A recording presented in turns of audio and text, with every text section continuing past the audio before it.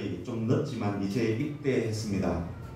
지난 화요일 7월 2일 논산 육군훈련소 신병교육대 수료식에 다녀왔습니다. 아들은 조교요원으로 선발되어서 남은 군생활을 그 논산 육군훈련소에서 하게 됩니다. 훈련소 입소 후에 아들이 군대 가면 부모님은 군대에 관심을 많이 갖게 됩니다. 모든 부모가 그렇습니다. 훈련소 입소 후에 자주 훈련소 홈페이지를 방문했었습니다. 거기에 홈페이지 보면 훈련소 규모에 대한 내용이 나옵니다. 육군훈련소 규모가 여의도 면적의 1.5배라고 합니다. 상주 인원이, 항상 있는 인원이 기간 장병 그리고 훈련병 포함해서 15,000에서 18,000명 정도 됩니다. 그렇다면 이 인원이 하루 동안 먹는 식재료의 양이 어느 정도 될 것 같습니까? 15,000명에서 18,000명이 하루 동안 이렇게 먹고 마시는 양이 어느 정도 될 것 같습니까? 홈페이지에 기록된 내용 그대로를 알려드리겠습니다.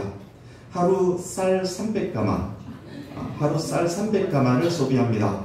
부피로 환산하면 쌀 16kg이 20리터 한 말 정도 되기 때문에 약 3만 리터, 150드럼입니다.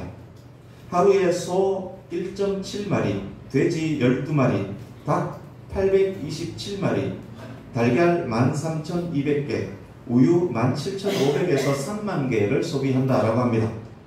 20kg 쌀 한 포대 5만원으로 환산할 때 하루 쌀값만 6천만원이고 1년 쌀값이 219억입니다. 쿠팡 기준 가장 싼 달걀이 300원 정도 했습니다. 훈련소 하루 달걀값만 400만원 상당, 1년에 14억 6천만원 들어갑니다.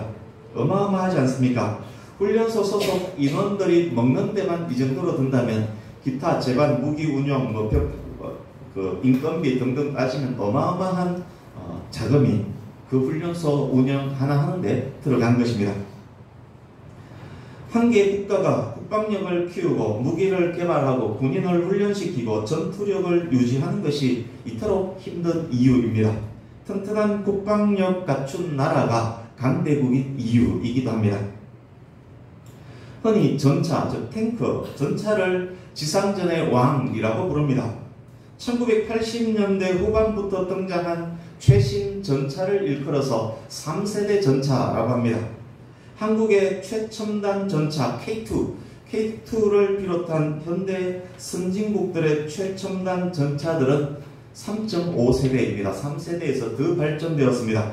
그리고 한국을 비롯한 선진국에서는 4세대 전차를 개발 중에 있습니다. 2020년 기준 3세대 이상 전차를 가장 많이 보유한 나라는 어디일 것 같습니까? 네, 미국이 맞습니다. 고철 전차를 제외하고 3세대 이상 첨단 전차 보유국. 그렇다면 한국은 어느 정도 순위가 될까요? 말씀드렸듯이 1위가 미국입니다. 6,340세대를 보유하고 있습니다. 2위가 4,350대 보유한 러시아입니다. 3위가 1,806대 보유한 대한민국입니다. 인도가 1,298대로 5위 이어지고 있습니다. 2024년 발표 세계 군사력 순위, 핵무기를 제외한 재래식 첨단 무기 등을 군사력으로 산입했을 때 세계 군사력 순위는 1위가 미국, 2위가 러시아, 3위가 중국, 4위가 인도, 5위가 대한민국입니다. 첨단 전차 보유 대수와 군사력 순위가 밀접함을 알 수 있습니다. 이 내용 기억하시고 본문에 들어가기 전에 말씀 세 곳을 미리 확인하려고 합니다. 주보를 보십시오. 주보 오른쪽 하단에 창세기 15장 18절 그리고 22장 17절을 같이 이어서 읽겠습니다. 시작. 그날에 여호와께서 아브람과 더불어 언약을 세워 이르시되 내가 이 땅을 애굽 강에서부터 그 큰 강 유브라데까지 내 자손에게 주노니 내가 네게 큰 복을 주고 내 씨가 크게 번성하여 하늘의 별과 같고 바닷가의 모래와 같게 하리니 내 씨가 그 대적의 성문을 차지하리라. 아멘. 창세기 15장, 창세기 22장 이때가 어느 때였느냐? 자기 소유의 땅 한 평도 없는 아브람이 한 평의 땅도 없을 때입니다. 또 자기 몸에서 난 아들도 없을 때가 15장 상황입니다. 이스마엘도 태어나기 전입니다. 창세기 22장 되었을 때야 겨우 사라를 통해서 아들 이삭 한 명이 태어났을 때입니다. 그런 아브라함에게 하나님께서 이렇게 약속하십니다. 팔레스타인 남쪽 애굽 경계로부터 북쪽 큰 강 유브라데 강까지 땅을 너의 후손에게 주겠다. 너의 후손이 하늘의 별 바닷가의 모래같이 많아지게 하겠다. 아무것도 없는 아브라함에게 하나님께서 이런 약속을 하셨습니다. 이제 이어지는 말씀 주고 열왕기상 3장 12절 13절 같이 있습니다. 시작. 내가 내 말대로 하여 내게 지혜롭고 총명한 마음을 주노니 내 앞에도 너와 같은 자가 없었거니와 내 뒤에도 너와 같은 자가 일어남이 없으리라. 내가 또 네가 구하지 아니한 부귀와 영광도 내게 주노니 내 평생의 왕들 중에 너와 같은 자가 없을 것이라. 아멘. 1천 번제를 하나님께 드린 솔로몬에게 하나님께서 말씀합니다. 내가 네게 무엇을 줄고 너는 구하라. 솔로몬이 이때 지혜를 구합니다. 솔로몬의 구함이 하나님 뜻에 합당했습니다. 하나님께서 솔로몬에게 이렇게 약속하십니다. 네가 구한 대로 지혜와 총명한 마음 주겠다. 뿐만 아니라 네가 구하지 않은 부귀와 영광까지도 주겠다. 오늘 우리가 확인할 본문은 방금 확인했던 이 약속의 성취에 대한 말씀입니다. 본문 배경에 대해서도 간략히 확인하겠습니다. 열왕기상 1장 2장을 보십시오. 앞으로 몇 장 넘겨서 1장 2장 전체를 제목 위주로 쭉 한번 보십시오. 수요일에 오신 분은 아마 더 잘 이해가 될 것입니다. 1장 2장이 어떤 내용이냐. 다윗이 늙었습니다. 넷째 아들이지만 실질적 장남인, 왜냐 암논, 길르압, 압살롬이 죽었기 때문에 넷째 아들 아도니아가 지금 왕이 되려고 합니다. 자기가 장남이기 때문에 내가 왕이 될 것이다 라는 생각으로 왕이 되려고 합니다. 그러나 왕에 대한 하나님의 뜻은 솔로몬에게 있습니다. 다윗이 위엄있게 신속하게 정확하게 솔로몬에게 기름 부어 왕으로 세웁니다. 왕이 된 솔로몬에게 다윗이 유언을 하고 죽습니다. 다윗의 유언을 따라서 솔로몬이 기민하고 단호하고 정당하게 요압과 시므이와 아도니아를 처단합니다. 그러니까 문제가 될 사람들이 처단되었습니다. 솔로몬의 왕권은 공고해집니다. 그래서 1장, 2장 내용은 솔로몬의 통치가 확고해졌음에 대한 기록입니다. 이제 3장 1절에서 15절 보십시오. 조금 전 말씀드렸듯이 솔로몬이 하나님으로부터 지혜와 명철과 부귀와 영화를 약속받는 장면입니다. 3장 16절에서 28절 보십시오. 너무도 유명한 솔로몬의 재판입니다. 솔로몬의 지혜가 어떤 지혜였는지를 보여주고 있습니다. 솔로몬의 지혜는 실제적이고 실용적이며 현장에서 구체화되는 그런 지혜입니다. 옳고 그름을 분별할 뿐만 아니라 복잡한 문제들을 해결할 수 있는 그런 지혜입니다. 이제 4장 1절에서 19절 보십시오. 솔로몬 신하들의 이름과 그리고 행정 조직, 세금 제도 정비 및 개혁에 대한 내용이 기록되어 있습니다. 솔로몬의 왕국은 이만한 조직과 행정이 필요할 정도로 방대했다라는 의미입니다. 이제 5장 이후를 보십시오. 본문을 뛰어넘어서 5장 이후를 보십시오. 솔로몬에게 주어진 가장 귀한 사명은 하나님의 이름을 위한 성전을 짓는 것입니다. 성전 건축을 위해서 어떻게 준비했으며 어떻게 건축했는지에 대한 내용이 쭉 기록되어 있습니다. 5장 이후에 기록되어 있습니다. 그러니까 오늘 읽었던 본문, 오늘 나누게 될 말씀의 위치는 왕권을 공고하게 하고 행정과 조직과 제도를 정비한 솔로몬, 성전을 건축하는 솔로몬, 그 둘 사이에 있는 본문입니다. 솔로몬이 성전 건축에 전념할 수 있었던 이유, 그것은 오늘 본문이 있었기 때문이다. 이렇게 이해하셔도 됩니다. 본문 한 절씩 확인해 가겠습니다. 4장 20절 보십시오. 유다와 이스라엘의 인구가 바닷가의 모래와 같이 많아졌습니다. 성경에서 특별한 복이 임했을 때 모래와 같이 인구가 많다라는 표현을 사용합니다.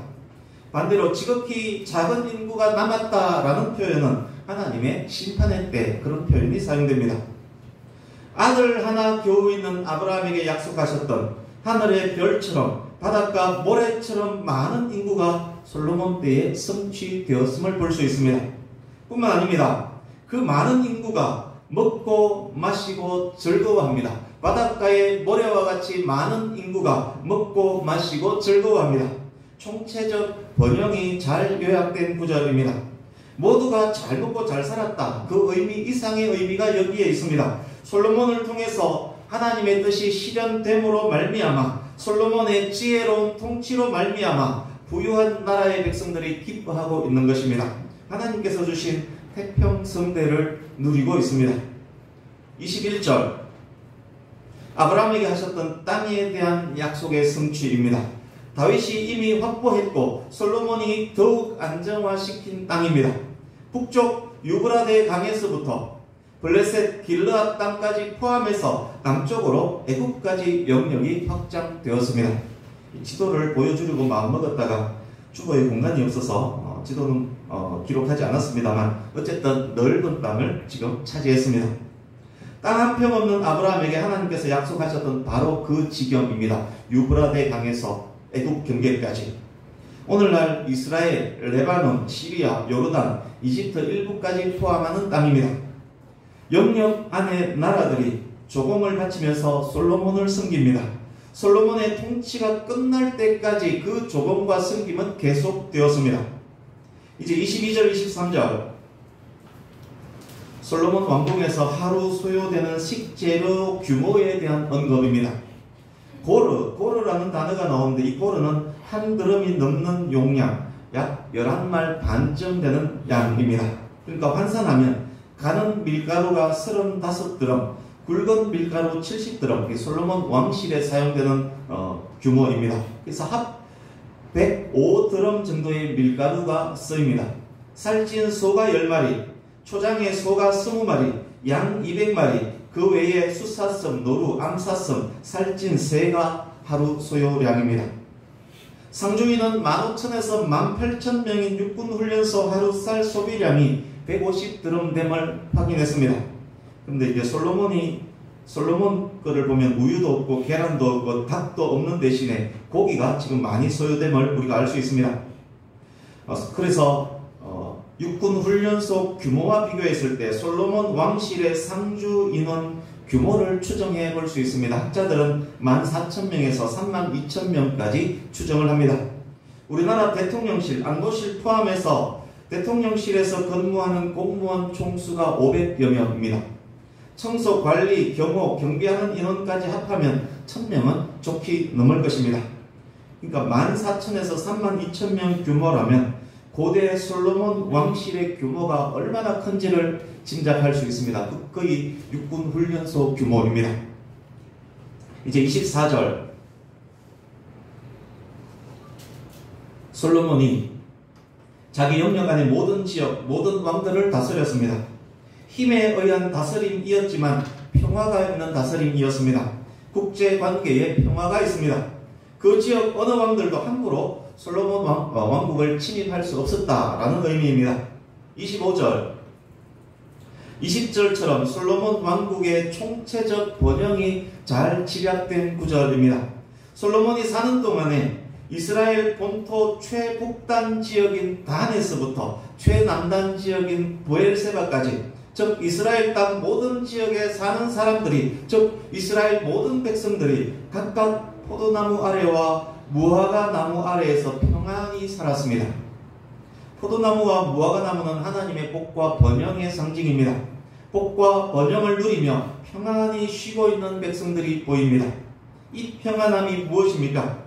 경제적으로, 외교적으로 안전합니다. 백성들은 이 모든 것이 하나님으로부터 온 복임의 확신이 있습니다. 하나님의 뜻 안에 있다는 안도감도 있습니다. 하나님의 뜻을 따르는 지혜로운 통치자 솔로몬도 있습니다. 그래서 각각 포도나무 아래와 무화과나무 아래에서 평안히 살았더라. 이 말은 너무도 정확히 그리고 너무도 아름답게 당시 상황을 표현한 구절입니다. 이제 26절 그렇지만 평안과 안정이 경제와 외교로만 되는 것이 아닙니다. 강력한 힘이 있어야만 합니다. 솔로몬 왕국에는 강력한 국방력이 있습니다. 병거는 오늘날 전차와 같은 최첨단 무기입니다. 병거의 수가 곧 그 나라의 국방력입니다. 영화를 보면 말 2마리가 끌고 뒤에 군인들이 타고 칼을 휘두르는 것, 그게 전차입니다. 오늘날 탱크와 같은 의미입니다.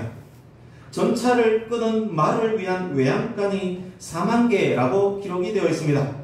그런데 열왕기상과 역대하에 보면 외양간 4,000개, 병거 14,000대, 마병 12,000명이라고 기록이 되어 있습니다.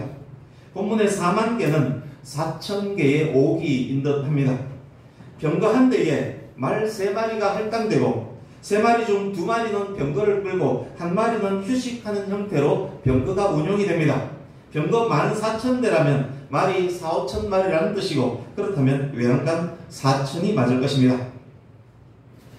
우리가 알듯이 말 1마리 키우는 비용 엄청납니다. 소 1마리 키우는데 돈이 얼마나 많이 듭니까? 말 3마리가 병거 한 대라면 당시로 오늘날 전차 한 대에 버금가는 비용이 들었을 것입니다. 대한민국 3세대 이상 전차 대수 1806대는 세계 3위 수준입니다. 해군은 큰 의미 없고 공군이라는 개념조차 없는 고대에 전차의 수는 절대적 군사력의 순위입니다. 그런데 솔로몬 당시 이스라엘의 전차 대수가 14,000대입니다. 경제력이 없으면 운용할 수 없는 규모입니다. 솔로몬이 조공을 받으며 침입을 받지 않으며 인접국과 평화를 누릴 수 있었던 큰 이유 중 하나가 바로 이 강력한 군사력입니다. 전차 1,400대 보유한 이스라엘을 감히 누가 공격할 수 있었다는 말이겠습니까? 아시듯 1950년 6.25 당시 대한민국에는 전차 한 대가 없었습니다. 근데 북한이 전차를 끌고 내려올 때 그걸 어떻게 감당할 수 있었겠습니까? 그래서 전차 1,400대, 고대 전차 1,400대는 어마어마한 규모입니다. 이제 27절 이전에 7절을 먼저 보십시오. 7절, 4장 7절. 솔로몬이 온 이스라엘에 12명의 도지사를 두었습니다. 도지사 한 명이 한 달 동안 왕과 왕실의 양식을 공급하는 것 담당했습니다. 12명이 한 달씩 맡으니 1년 12달 공백이 없습니다. 27절이 그 이야기입니다. 도지사들이 한 달 동안 충분히 왕실을 위해 먹을 것을 공급합니다. 부족함도 빈틈도 공백도 없이 풍족했다는 의미입니다. 이제 28절, 왕실을 위한 식재료뿐만 아니라 그 많은 말들을 위한 양식도 충분하게 공급했습니다. 국방비 납부를 충실히 감당했다는 의미입니다. 지금까지 확인한 20절에서 28절이 하나님께서 솔로몬과 솔로몬 왕국에 주신 부귀와 영화에 대한 말씀이라면, 29절에서 이어지는 29절에서 34절은 하나님께서 솔로몬에게 주신 지혜와 총명에 대한 말씀입니다. 이제 29절 같이 읽어봅니다. 시작. 하나님이 솔로몬에게 지혜와 총명을 심히 많이 주시고 또 넓은 마음을 주시되 바닷가에 모래같이 하시니. 아멘. 하나님께서 솔로몬에게 지혜를 심히 많이 주셨습니다. 지혜로 번역된 원어 호크만은 영어로 위저덤이라고 번역이 됩니다. 하나님께서 솔로몬에게 총명으로 번역된 태구는 이해력을 의미합니다. 영어 성경은 understanding으로 번역을 합니다. 하나님께서 솔로몬에게 총명을 심히 많이 주셨습니다. 뿐만 아닙니다. 솔로몬에게 넓은 마음을 바닷가의 모래처럼 많이 주셨습니다. 솔로몬에게는 그러니까 지혜, 지식, 이해력, 적용력, 관용력, 포용력, 너그러움, 자유함까지 최상급으로 있었다는 말입니다. 이런 통치자의 통치를 받으며 사는 이스라엘 백성들의 삶이 어떠했겠습니까? 많은 백성들이 먹고 마시며 진심으로 즐거워했던 이유를 알 것 같지 않습니까? 포도나무 아래와 무화과나무 아래에서 평안히 살 수 있었던 이유 알 것 같지 않습니까? 불평, 불만 없이 왕실에 먹을 것, 국방비 납부를 충실히 했던 이유 또한 아니겠습니까? 29절을 보시면 솔로몬에게 지혜와 총명뿐만 아니라 넓은 마음도 주셨다라고 합니다. 지혜도 귀하고 총명도 귀합니다. 그것 못지않게 넓은 마음도 매우 매우 귀합니다. 지혜롭고 총명한 사람이 마음 크기가 밴댕이라면 그의 지혜와 총명으로 무슨 큰 일을 할 수 있겠습니까? 그러니까 저와 여러분의 후손들이 지혜와 총명뿐만 아니라 넓은 마음까지 갖출 수 있기를 간절히 바랍니다. 이제 30절에서 31절입니다. 솔로몬의 지혜에 대한 표현이 최상급입니다. 솔로몬의 지혜는 동쪽 모든 사람들의 지혜보다, 애굽의 모든 지혜보다 뛰어났습니다. 이스라엘 내에 소문난 지혜자 그 누구보다도 뛰어났습니다. 여기에 이름이 기록된 헤만, 에단 등은 아주 뛰어난 지혜자입니다. 찬송가를 작시한 유명한 사람들입니다. 그들의 지혜보다 솔로몬의 지혜가 더 뛰어났습니다. 뛰어난 지혜로 말미암아 이방 나라에까지 명성을 떨쳤습니다. 솔로몬은 잠언 3000가지를 말했습니다.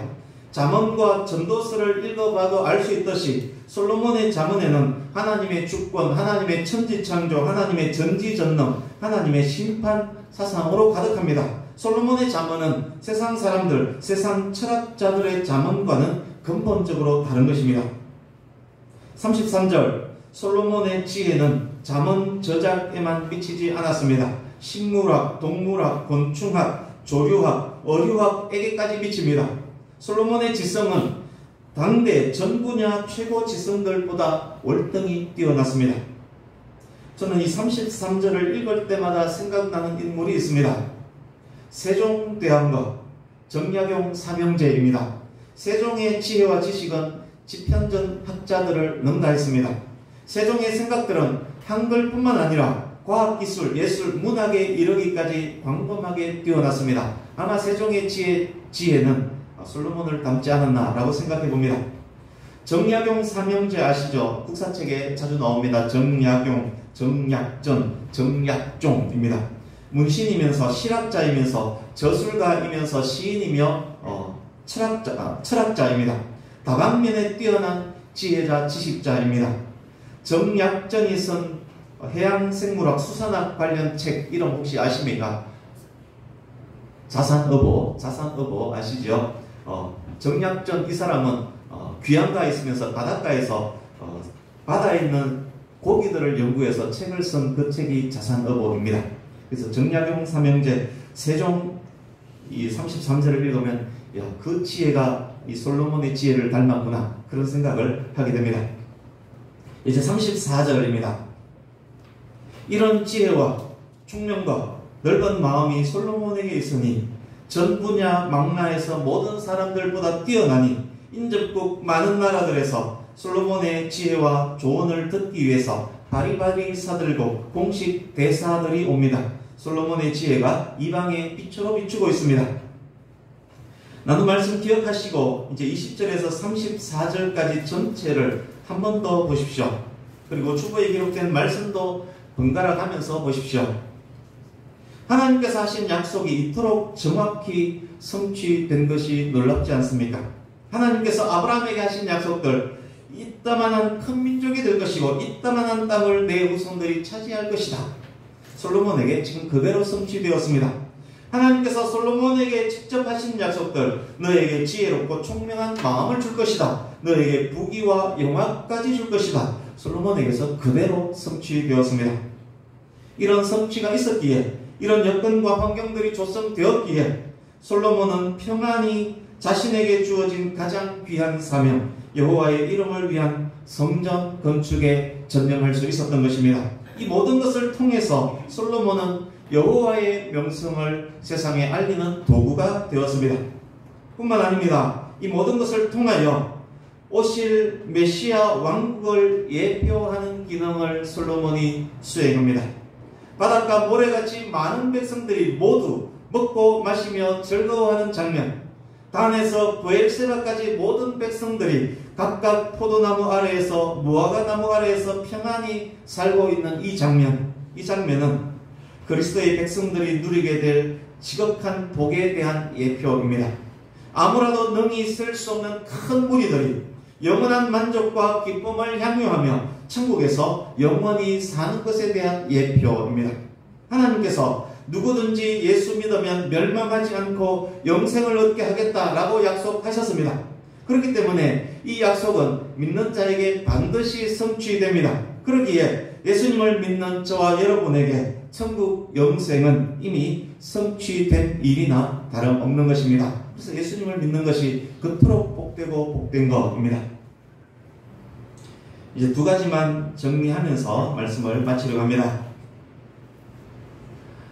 첫 번째, 29절에서 34절 보십시오. 솔로몬의 지혜에 대한 말씀입니다. 아까도 확인했지만 솔로몬의 지혜는 형이상학이 아닙니다. 형이상학적이지 않습니다. 뜬구름 잡는 것과 같은 지혜, 철학자들이 입으로만 슬퍼하는 그런 지혜가 아닙니다. 어려운 재판을 지혜롭게 잘 해내고 현장에서 보고 있는 식물과 동물, 물고기와 새에 대해서 말하고 닥친 상황에서 옳고 그름을 분별하는 구체적 지혜입니다. 실제적이고 실용적이고 현장에서 적용할 수 있는 그런 지혜입니다. 넓은 마음이 있었기에 더욱 지혜롭고 총명하게 적용할 수 있었던 그런 지혜입니다. 지혜와 총명과 넓은 마음이 어디로부터 왔습니까? 하나님으로부터입니다. 일천번제를 드린 후 하나님과의 관계가 더욱 친밀하고 아름답게 형성된 이후에 받은 지혜, 총명, 넓은 마음입니다. 그렇습니다. 가장 실제적이며 실질적 능력은 하나님과 친밀한 관계로부터 나옵니다. 가장 실천적이고 구체적 능력은 가장 온전한 영적 상태로부터 나온다는 말입니다. 인간의 모든 능력은 하나님의 선물이기 때문에 하나님 향한 온전한 영적 상태에 있을 때 인간은 최고의 능력을 발휘합니다. 전교 1등 한다고 서울대학 다닌다고 얻을 수 있는 지혜가 아닙니다. 여호와 경외함으로부터 나오는 지혜입니다. 그렇습니다. 참된 신앙, 바른 신앙은 실질적 능력이 됩니다. 참된 신앙, 바른 신앙은 경건의 모양만이 아니라 경건의 능력도 있습니다. 신앙과 삶은 분리되어 나타나지 않습니다. 참 그리스도인은 그의 삶에서 능력이 나타나고 향기가 납니다. 참 그리스도인은 능력 주시는 자 안에 있는 자이기에 그는 모든 것을 할 수 있는 것입니다. 믿는 그에게는 능치 못함이 없는 것입니다. 솔로몬에게 있는 능력이 바로 그런 능력입니다. 사랑하는 성도님 여러분, 세상이 다 바뀔지라도 바뀌지 않고 변하지 않는 것 있습니다. 인간이 현명하게 사는 길은 하나님의 주권을 인정하고 겸손하게 여호와를 경외하며 살 때입니다. 여호와를 경외하는 것이 지혜와 지식의 근본인 이유, 여호와 하나님을 아는 것이 명철인 이유입니다. 오직 여호와 하나님을 경외하는 저와 여러분 될 수 있기를 간절히 바랍니다.